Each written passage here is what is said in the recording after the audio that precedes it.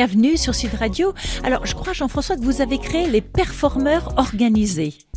Exactement, c'est un groupe que j'ai fondé l'année dernière, en plein début du confinement. Moi, je suis un dirigeant à la base, je suis un repreneur d'entreprise, et j'ai créé ce groupe-là justement parce que là, ça fait écho un peu à ce que vous dites sur la performance. La performance est toute relative, et l'idée, c'est de faire comprendre qu'on peut être tous des performeurs, mais pour ça, il y a une certaine structure à avoir. Et je fais beaucoup de parallèles justement entre le monde de l'entreprise dans lequel j'ai vécu pendant 15-20 ans, et puis également le sport que je pratique à un petit niveau, mais justement où la performance est très présente. Je fais beaucoup de parallèles par rapport à ça, et notamment en faisant aussi le lien avec le QI. Pour moi, la performance est beaucoup liée à un potentiel, mais le potentiel est tout relatif et propre à chacun.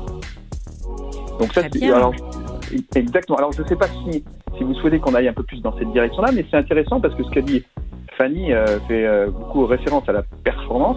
Et d'ailleurs, Muriel, vous êtes une performeuse dans ce sens-là, dans le sens où vous avez un potentiel que vous avez exploité. Et pour moi, la performance, c'est lié, si Usain Bolt a un potentiel pour faire 9 secondes 60 au 100 mètres, moi j'ai un potentiel pour faire 12 secondes. Si d'aventure je fais 12 secondes, je suis performant par rapport à mon potentiel. Usain Bolt, qui fait 12 secondes, il n'est pas performant. Donc, tout à l'heure, on parlait de performance qu'on n'attendait pas. Effectivement, ça dépend aussi par rapport à la personne, qu'on n'attend pas par rapport à moi ou par rapport lorsqu'on est en compétition, à un environnement où on se dit, tiens, il y a quelque chose de différent qui arrive, et d'où la performance. Et là, c'est très important pour moi de comprendre que quand on parle de performance à tout cran, on mélange efficacité, productivité, efficience et performance. Alors, c'est des termes un peu qu'on met comme ça, mais pour moi, la performance est bien au-delà. C'est réellement lié à ses capacités de pouvoir utiliser d'abord son potentiel avant de se structurer. Parce que pour être performant, il y a une structure à mettre en place. Parce que comme tout sportif, la performance se joue beaucoup sur les détails qui sont mis en place bien en amont pour arriver à cette performance. Bien sûr. Qu'en pensez-vous, Fanny ? Oui, je suis assez d'accord avec Jean-François sur l'idée de la structuration. Il faut être structuré. Ce qui est très étonnant, c'est que très souvent, on va prendre les performants comme des personnes qui sont inconscientes, qui sont pleines d'inconscience. On va dire ce sont des preneurs de risques vraiment inconsidérés. Et puis il se trouve qu'ils ont eu de la chance à ce moment-là et ça a réussi. Or, c'est pas du tout ça. C'est une inconscience en effet tout à fait structurée. C'est-à-dire que les performants, les personnes en performance, et quand on a tous été en état de performance et à ce moment-là on a tous vécu la même chose, c'est quelque chose qui peut être très calculé avant, très considéré avant. Il y a eu une démarche de conscience et de planification avant d'être en performance. Mais ensuite, une fois qu'on se lance dans l'aventure, une fois qu'on a fait le tour du sujet et qu'on se lance, alors là, on laisse faire son inconscient cognitif, ce qui ne veut pas dire qu'on est un inconscient.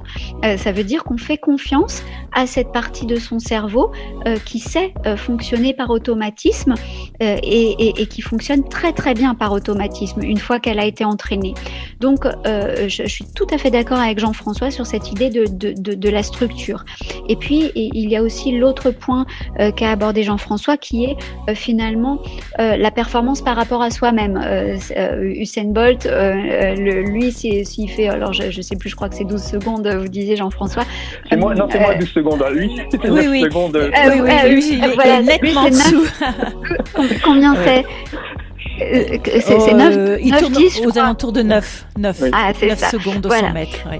Donc vous allez faire une performance si vous faites 12 et Usain Bolt s'il fait 9. Alors oui, en fait, étant donné que la performance est un consensus social, si vous faites, même si vous faisiez 9 secondes, mais que vous étiez complètement tout seul dans un stade vide, ça ne serait pas considéré comme une performance. Et c'est là que c'est aussi un petit peu choquant ce que je dis. Ça serait considéré comme une réussite. Vous pourriez dire j'ai fait quelque chose d'exceptionnel. Vous pourriez dire je suis ultra doué, je suis un génie de la course.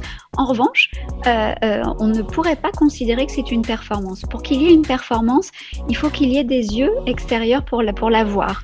Donc, quand Usain Bolt faisait 9 secondes à l'entraînement tout seul, je ne sais pas s'il l'a fait un jour complètement tout seul, sans un entraîneur, etc., eh bien, ça n'était pas une performance à l'entraînement. Et le jour où il le faisait devant les caméras et aux yeux du monde, là, c'était une performance. Donc, vis-à-vis de soi-même, c'est la même chose.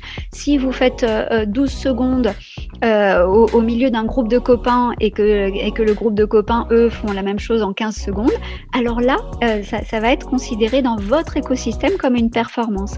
Mais pas si vous faites ces 12 secondes tout seul dans votre chambre, ce qui n'est pas trop possible parce qu'il nous faut une piste. Alors, tout à fait. Alors, c'est peut-être un petit point de désaccord qu'on aura sur ce temps-là, mais ceci dit, parce qu'on peut regarder sa performance par rapport à soi. En tout cas, c'est mon point de vue, moi, de terrain. Et effectivement, vu sous l'angle des yeux pour la regarder, c'est important parce que la performance est reconnue, soit par d'autres, soit par soi. Et c'est là, d'où l'importance aussi pour moi de l'environnement. Parce que souvent, ce que je dis très régulièrement, d'ailleurs sur le groupe Les Performants Organisés, je dis souvent, si tu t'occupes pas de l'environnement, il va s'occuper de toi. L'idée, c'est aussi d'avoir l'environnement qui peut observer, mais l'environnement aussi peut être une contrainte par rapport à la performance. D'où l'idée aussi d'intégrer ça et de ne pas subir cet environnement pour mettre en place des structures pour pouvoir être performant et justement être dans la pleine performance. C'est tout l'art du management d'ailleurs, pour rendre performants des personnes que l'on manage, de pouvoir les mettre dans les conditions pour qu'ils rendent leur performance. Souvent les managers se confondent management et mission. Ils ont des missions, ok, ils s'occupent, responsables des ventes, différentes choses qu'ils ont à faire, mais le management c'est bien autre chose. Et d'ailleurs dans le monde du sport, on le voit avec les coachs qui s'occupent de leur coacher et qui sont en permanence avec eux. Regardez par exemple Federer, Jean-François, attendez. Ouais. Je séquence un peu votre intervention, hein. Oui, je vous en prie, je vous en prie. C'est effectivement intéressant ce que vous dites, mais ça rejoint ce que Fanny nous disait tout à l'heure, c'est que à la fois nous pouvons faire une performance et ça nous l'avons bien compris. Il faut qu'il y ait des yeux extérieurs pour valider en quelque sorte et que ce soit reconnu comme étant une performance, que sans ces yeux-là, eh bien, c'est un exploit personnel, en quelque sorte, mais qui ne sera pas reconnu par le monde extérieur. Et il lui faut un contexte particulier. Et en ça, Fanny, je pense que il est très important que les gens qui nous écoutent, nos auditeurs, comprennent que pour qu'ils puissent atteindre une performance dans leur univers, ils ne doivent pas subir l'univers. Ils doivent être quelque part en harmonie et voire même devançant l'univers dans lequel ils sont. Ça, c'est fondamental. Et des gens qui essayent de donner le maximum d'eux-mêmes, qui essayent de performer le plus possible et qui ne sont ni jamais reconnus, ni valorisés, ni dans un contexte suffisamment bienveillant pour les aider à performer, que font-ils? Ils partent dans ce cas-là? Il vaut mieux quitter cet univers. Que font-ils par dépit ou que font-ils que devraient-ils faire? Que devraient-ils faire? Oui, c'est ça, pardon. Dans ce cas-là, il faut aller chercher un autre écosystème, en effet, parce que je dis souvent, en fait, quand vous allez dans un pays étranger que vous ne connaissez pas, eh bien, il y a des pays dans lesquels vous arrivez et sans les connaître, vous vous dites waouh, je me sens chez moi, je me sens en famille ici, c'est dingue, je me sens vraiment chez moi. Et puis il y a d'autres pays que vous allez visiter et ça va être complètement l'inverse. Vous allez vous dire mais alors là c'est anti-moi ici. Eh bien c'est pareil dans tous les écosystèmes de la vie que vous allez rencontrer. Si vous êtes dans un écosystème qui ne vous reconnaît pas, et c'est là encore que j'insiste sur cette idée de performance comme aux yeux des autres, comme étant une action qui doit être validée par les yeux des autres. C'est pas seulement qu'elle doit être, c'est que pour qu'elle ait du sens, même pour soi, il faut qu'elle soit vue. On voit bien comme on est malheureux, comme vous l'avez très bien dit, quand on fait quelque chose d'exceptionnel, qu'on juge exceptionnel, et que personne ne l'a vu, qu'il n'y a eu personne pour le voir. Et là, on est triste, on n'est pas bien, on n'est pas valorisé, on n'est pas reconnu. Donc, il y a des écosystèmes dans lesquels on a beau faire, ça ne va pas fonctionner. Il y a même, ne serait-ce que parfois, vous allez dans un cocktail et vous arrivez et vous sentez que vraiment, c'est pas votre univers. Et vous allez dans un autre cocktail et vous allez voir que là, vous êtes complètement à l'aise. Donc, il ne faut pas rester plutôt de 5 minutes dans le premier cocktail où vous vous sentez pas complètement à l'aise. Il faut pas rester plus d'une journée, bien sûr, j'exagère, mais dans un écosystème de travail ou autre où vous n'êtes pas, où vous sentez que c'est pas votre pays. Donc il faut le sentir. Il faut sentir qu'il y a un endroit où vous êtes en famille et puis il y a un autre endroit où vous ne l'êtes pas. Et ça, c'est vraiment du feeling. Et l'endroit où vous vous sentez en famille, alors peut-être que parfois après vous pouvez tomber dans l'écueil opposé par effet pendulaire et vous sentir trop confortable, trop dans un cocon dans cet endroit-là. Mais il faut quand même trouver un endroit où on soit reconnu. Et ça, c'est vraiment important. Alors Jean-François, vous, du coup, lorsque vous êtes face à des entrepreneurs et que vous vous rendez compte qu'ils ne sont pas dans le bon écosystème, que leur conseillez-vous ? Alors, la première chose, c'est déjà pour moi, c'est ça un peu été dit tout à l'heure, c'est le pourquoi on fait les choses.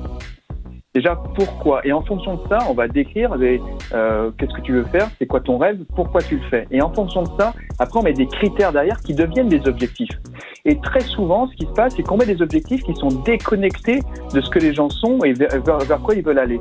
Donc la première chose, c'est déjà de permettre de rêver à quelque chose. D'ailleurs, Alice Pinturo disait « J'ai rêvé un jour d'être champion, de gagner la Coupe du Monde de ski ». Ce qu'il a fait dernièrement, et chez vos confrères, ils disent avant-hier notamment, justement, j'ai rêvé une fois d'être champion, de gagner la Coupe du Monde. Et donc du coup, ça l'a tiré vers le haut par rapport à ça. Donc déjà, c'est le rêve, il fixe des objectifs, et après ces objectifs, comme il a utilisé son potentiel au maximum, il va atteindre ses objectifs et puis après être performant. Et du coup, la performance, si on n'a pas ces objectifs au quotidien qui sont liés à son rêve, eh bien du coup, on n'est pas dans cette performance. Et d'ailleurs, c'est quoi être performant pour quelqu'un ? Et il dit, je suis pas performant, qu'est-ce que c'est pour toi ?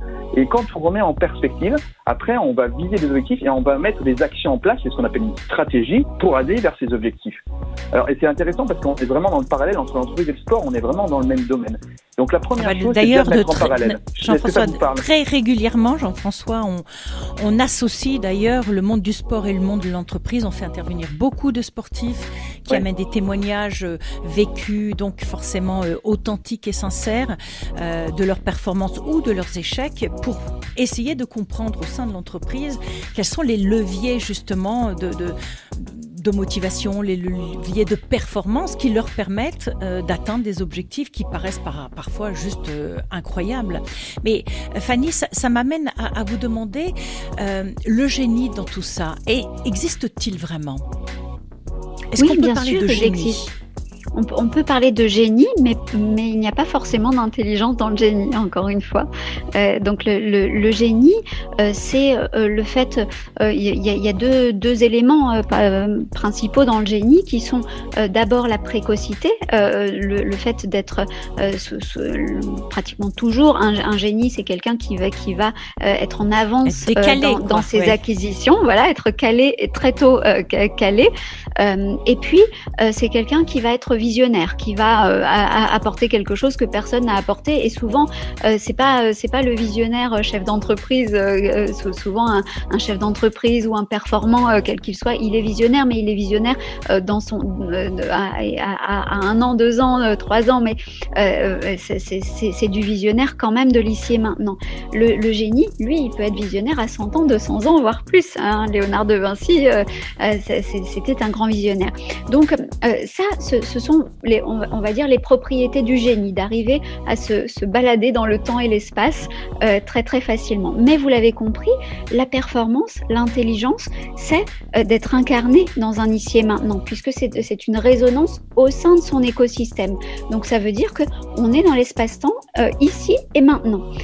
Donc le génie, eh bien parfois il est intelligent, il est en intelligence, comme par exemple un Picasso qui a réussi à incarner ce qu'il pouvait proposer dans l'ici et maintenant et à le proposer au monde et ça a pu être accepté et vu par le monde.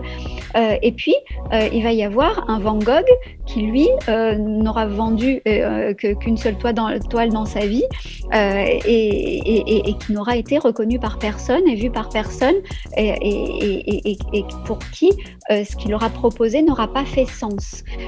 Donc il n'aura pas été en intelligence dans ce sens-là. Il n'aura pas pu exprimer ses capacités dans son écosystème. Et donc c'est pour ça qu'il y a des génies qui sont en intelligence et d'autres pas, et des génies qui seront à jamais méconnus. Alors que si on est performant, un performant ne peut pas être méconnu, puisque justement par définition, c'est quelqu'un qui sera vu et adoubé par son environnement. Très bien. Merci Jean-François, merci beaucoup pour votre témoignage, votre intervention. Et merci pour votre accueil. Donc vous êtes sur Lyon et vous avez fondé les performeurs organisés. C'est une association ? Non, c'est un groupe que j'ai lancé un peu par hasard l'année dernière sur Facebook, un groupe pour rassembler des personnes. Et puis finalement, des personnes se sont jointes, des entrepreneurs, des managers, des dirigeants qui souhaitent justement se libérer du temps et justement être plus performants, alors sans perdre en performance dans un premier temps, mais également pour équilibrer leur vie pro, vie perso. Et du coup, comment on retrouve cette performance pour faire correspondre à cette aspiration profonde. C'est ça en fait tout l'enjeu que j'ai fait depuis un an. D'accord, écoutez, pour tous les auditeurs qui sont intéressés, on retrouve donc les performeurs organisés sur Facebook. Merci beaucoup. Facebook, exactement. Merci beaucoup. Bonne journée. Belle bonne continuation. soirée, pardon. Merci.